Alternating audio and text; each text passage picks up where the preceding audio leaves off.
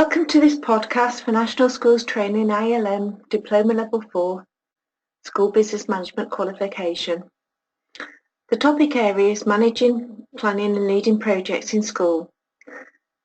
And I'm looking at Module 4, evaluating projects and reflecting on project management. The purpose of the podcast is to share some of the things that I learned while managing a project. The school where I undertook the project is situated in an area of semi-rural deprivation. The number on roll is 130 plus a nursery. It has around 22% pupil premium. My role in school is that of an advanced school business manager. I'm school business manager for 2 small schools but work as a cluster lead, supporting and leading other school business managers in the schools. The project involved converting the gas oil-fired central heating to kerosene oil. Gas oil is used in older boilers and was the standard oil used in our local authority.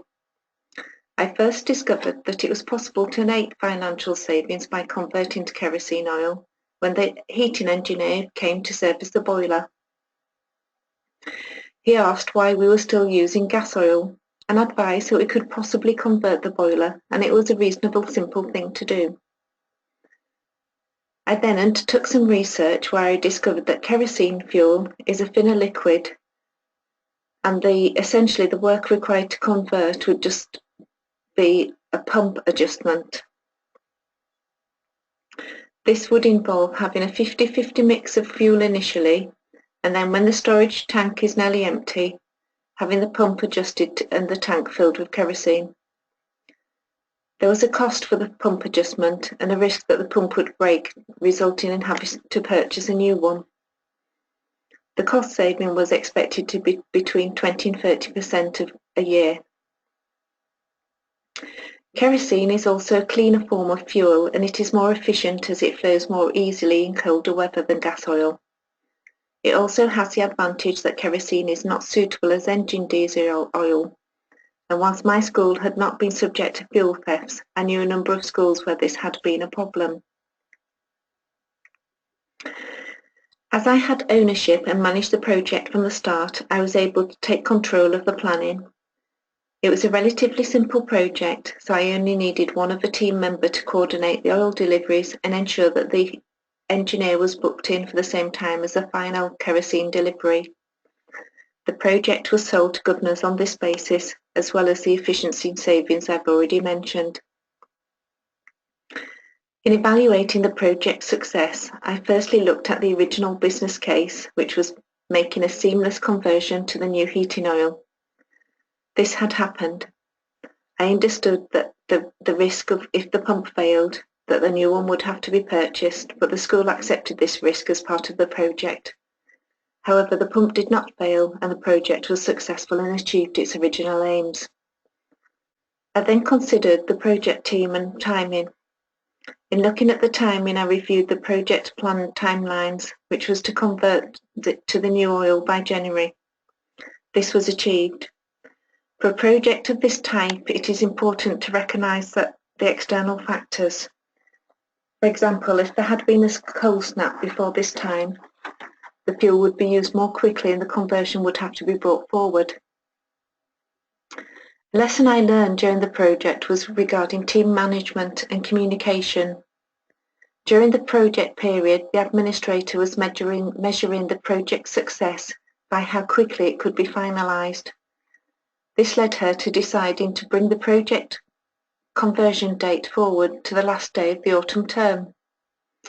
She decided to do this without gaining authority and acted beyond her remit and general level of decision-making authority.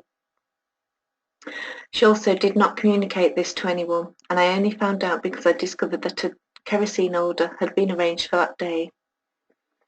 On considering this, I decided to change the date back to the original one, which was previously planned after the Christmas holidays. This was because in reviewing the possible risk of the pump breaking, it would then not be discovered as the school would be closed for 2 weeks. I thought that this could have a high risk, was high risk and would have a high impact, and it was easily mitigated by simply changing the appointment. This shows how important communication is within the project team overall, and it shows that the level of responsibility must be clear, even if there are existing lines of delegation within the organisation.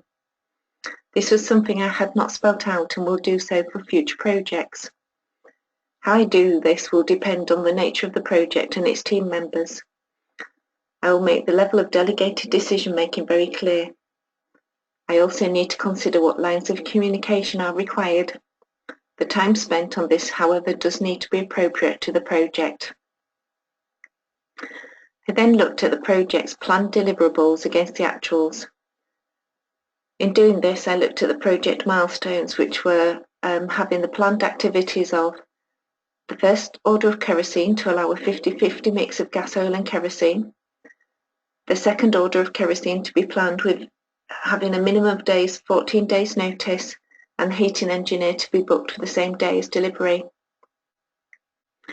Both of these events went to plan, although I did have to intervene to ensure success of this. I also reviewed the project cost. This was the cost of adjusting the pump, and I obtained a quote for this prior to gaining the project sponsor's approval and go ahead. This was charged at the expected amount. The amount of mine and the administrator's time spent was generally as expected. Lessons I learned from managing this project are that you need to think about your project team. Most of us will not have a choice in selecting which team members to include in the project team. It is therefore very important to consider the individual skills and to delegate tasks appropriately. You may also need to consider their underlying behaviour traits.